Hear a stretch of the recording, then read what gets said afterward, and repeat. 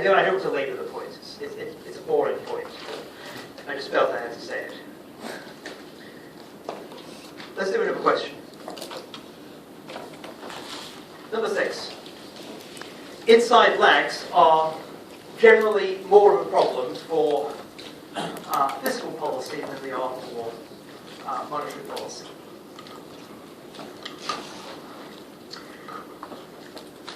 Relatively easy question, not so well answered.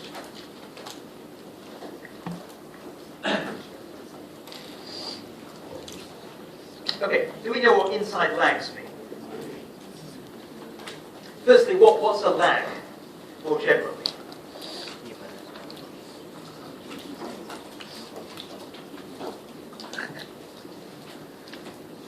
Obviously, it's some interval of time between two things. What two things are we thinking about?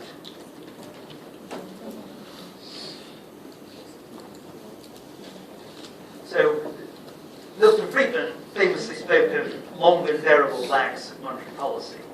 What was he talking about?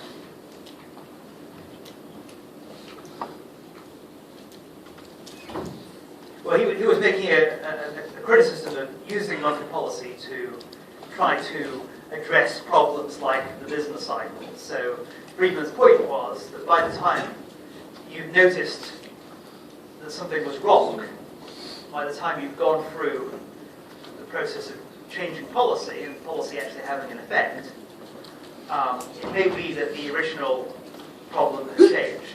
The economy has moved to a different position. Therefore, policy might actually do more harm than it would do good. So lags are basically time between first noticing that something needs to be done with policy and ultimately that having an effect on the economy. And there's various stages to those lags. So broadly, you can break it down into inside and outside lags. This question is on inside lags. And then inside lags themselves can be categorized along various dimensions. So what's an inside lag? What does the inside mean?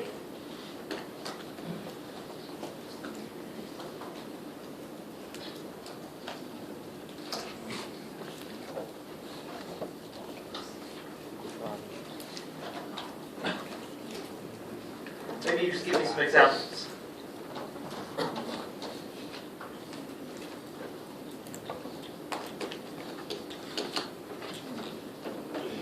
Anyone know any examples of an inside lag?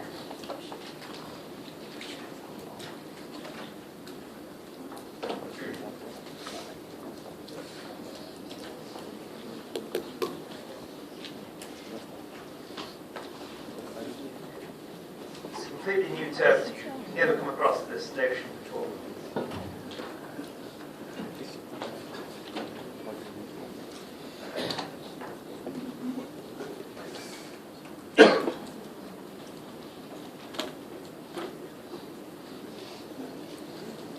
By the way, the point of my asking you these questions is so I get some understanding of what you know and what you don't know. So it will help if someone answers them. Anyone know an example of an inside lag?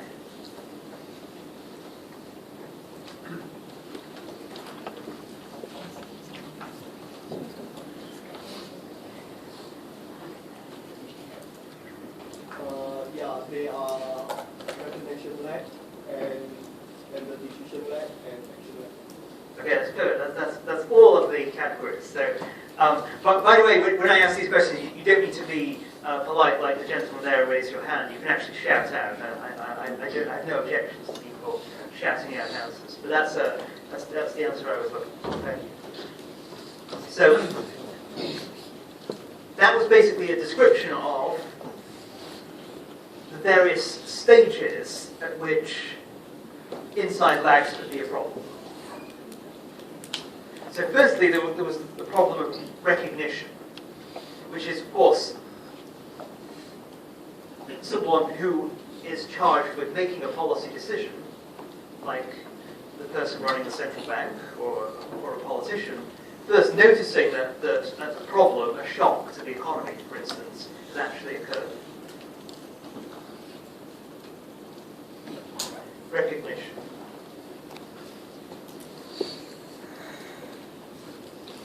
Why would such a lag exist? Well, data, of course, does not become available instantaneously.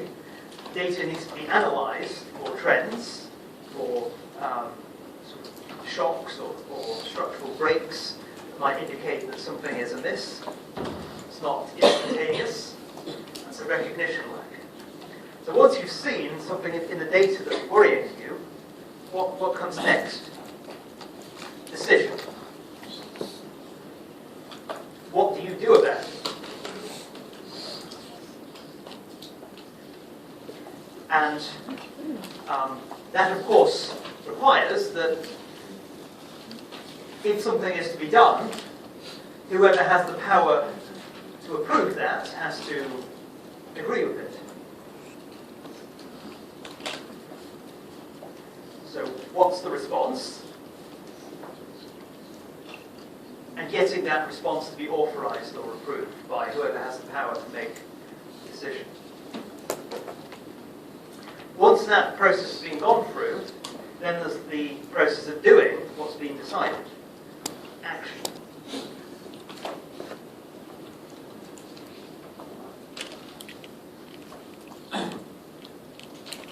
Okay, so those are inside lags. In case you're wondering what an outside lag is, which you don't remember, that of course is just the rest of the process once the action has been taken. How long does it actually have before there's an impact on the economy, on the problem that triggered this process in the first place? So focusing just on these inside lags, is it true that they are generally more of a problem for fiscal policy than they would be for monetary policy? So what is fiscal policy? It's government spending, it's taxes. What's monetary policy? Interest rates, money supply, that type of thing. So, taking each in turn, do you think it's more serious to challenge fiscal or monetary policy? Firstly, recognition. Is that different between the two?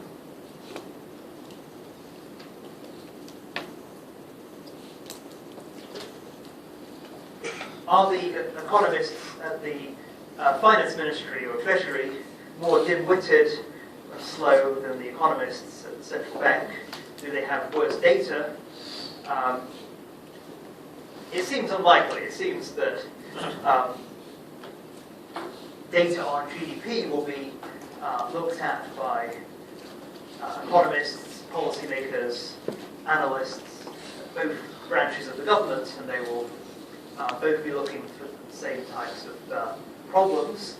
So it's not obvious that there should be any difference in recognition lags between the two.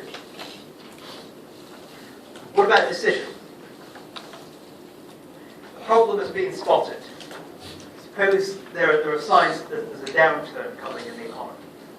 Leading indicators have suggested that there's going to be a downturn next year. What might be a decision that you would take involving fiscal policy?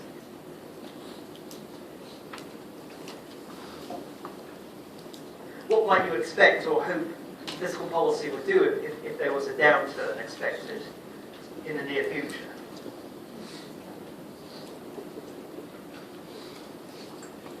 Maybe to raise government spending or cut taxes. That might be the typical fiscal policy response. So who decides that?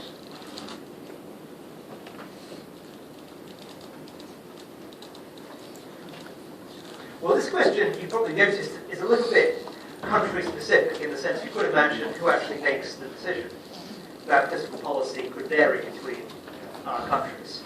So that's why the word generally is there. Actually, the answers we're going to give are not really about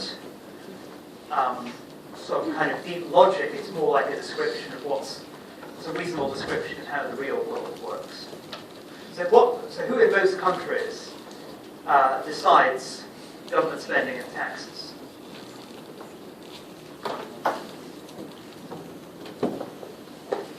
Well, it's usually a political decision.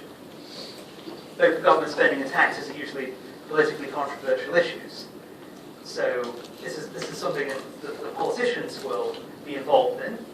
And ultimately, most countries would have a parliament or some legislative assembly that has to pass a budget, has to vote on budget policy.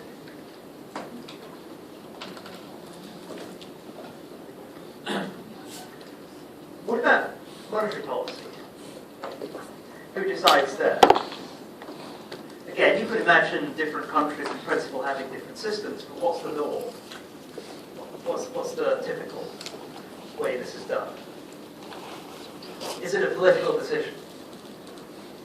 Not in most countries.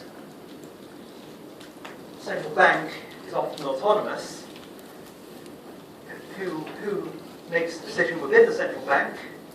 The governor, perhaps a committee of experts, monetary policy committee, a relatively small committee, so not a parliament of many hundreds of politicians, but a small committee of experts, technocrats, combined with one head of the bank or the monetary authority. That committee will decide. So which process is probably going to take longer? The fiscal policy process. Often there's a particular timetable for fiscal policy that there's usually an annual budget. So often, firstly, the nature of the decision being controversial would mean even if that wasn't the case, it would probably take some time to build a consensus to change policy. But even putting that aside, often just for institutional reasons, budget policy is decided on an annual cycle. So it might take a while before there's an opportunity to change. Monetary policy, you only need to get a consensus within a committee of experts, so no politicians there to interfere. Small number of people, meeting fairly regularly, often every month. So in principle, they can make a decision and act on it, and they make a decision quickly. So we think fiscal policy might have a shorter decision lag. Of course, that's not a matter of logic. You could imagine a country, some kind of extreme dictatorship where all decisions are made by one person, and the dictator decides tomorrow that he wants to change fiscal policy. That's the decision. That's very quick. Could be even faster than monetary policy. There's nothing in logic that says one has to be faster than the other in terms of decisions. It's just in practice that usually fiscal policy is subject to some kind of legislative scrutiny, which slows it down. Monetary policy, as it's in the hands of technocrats, unelected experts, tends to be much quicker. What about action? We've got to a decision. Now, we have to put it into practice. For government spending, what does that involve doing?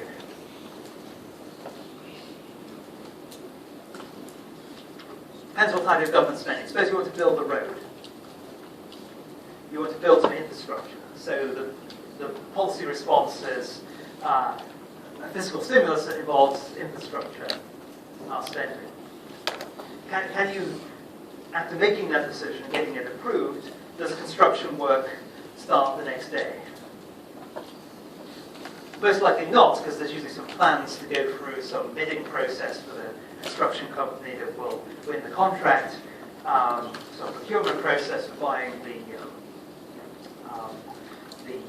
things that you'll need for the construction project. That will generally take some time. If it's tax policy, suppose you approve a new budget, changes taxes, does that come into effect instantaneously? Yes. often not, because again, for bureaucratic reasons, often taxes, there's a tax rate for 1 year because people filing their tax returns, or however it works in Singapore, I don't actually know the details of the local system here, but that's usually done on an annual cycle, so you can't easily change tax rates from 1 month to the next.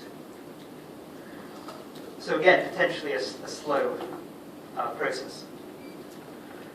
For the central bank, monetary policy might be cutting the interest rates, increasing the money supply. How long does it take to do that?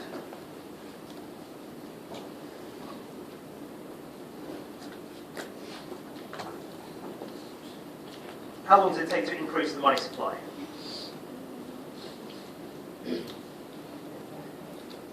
Well, in a modern monetary system, you don't even need to print physical cash. Reserves can be created almost instantaneously. Central bank just needs to carry out an open market operation, which just means performing a trade in financial markets. So it's essentially instantaneous. So action lags seem a lot shorter for monetary policy than they do for fiscal policy. So these two are likely to be longer in general for fiscal policy. So it's not that monetary policy has no inside lags, it's that they're likely to be shorter than the ones for fiscal policy.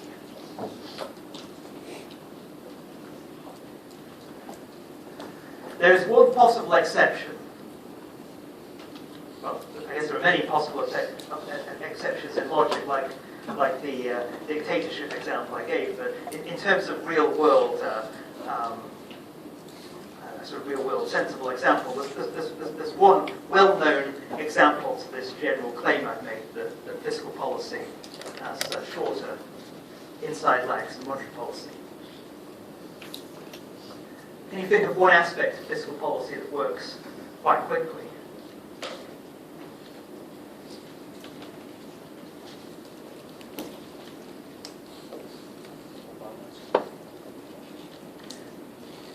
So remember, what would be an example of a fiscal policy response, say, to fears that the economy would slip into recession?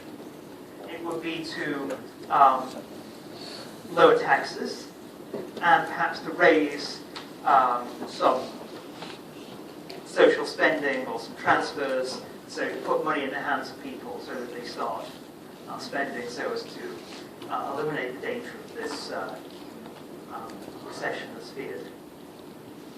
Is there a way that could happen automatically without the need to go through any decision-making process?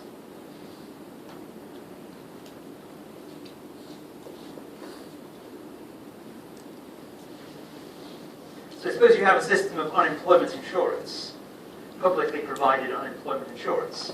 So if someone loses their job, then they can claim for the time they're unemployed some support from the government. Many countries have a system like that. So that's a case where, in a downturn where more people lose their jobs, automatically more public money is put in the hands of those people who lost their incomes, which presumably would be like cutting taxes.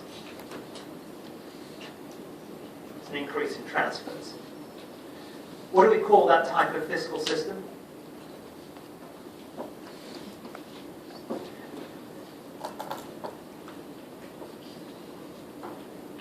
Automatic is the key word. So there's a phrase, automatic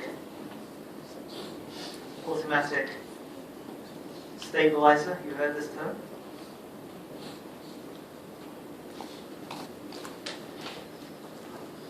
So, except perhaps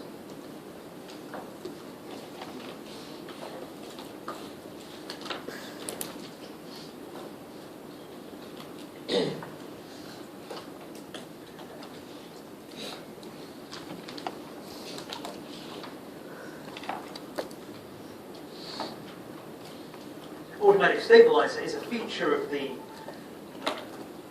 fiscal policy arrangements that means taxes get reduced automatically in bad times and raised automatically in good times. Transfers go up in bad times and down in good times. So unemployment insurance is an example of this. Proportional tax rates or a progressive tax system is another example of this, that the tax take drops automatically in a recession and rises automatically in a boom because rates of tax paid are proportional to income. So that doesn't require, of course, any decision or action lag, or even any, it doesn't even require no recognition lag even in that case, simply because the system is already in place, operates automatically. That could be just as fast, if not faster, than monetary policy.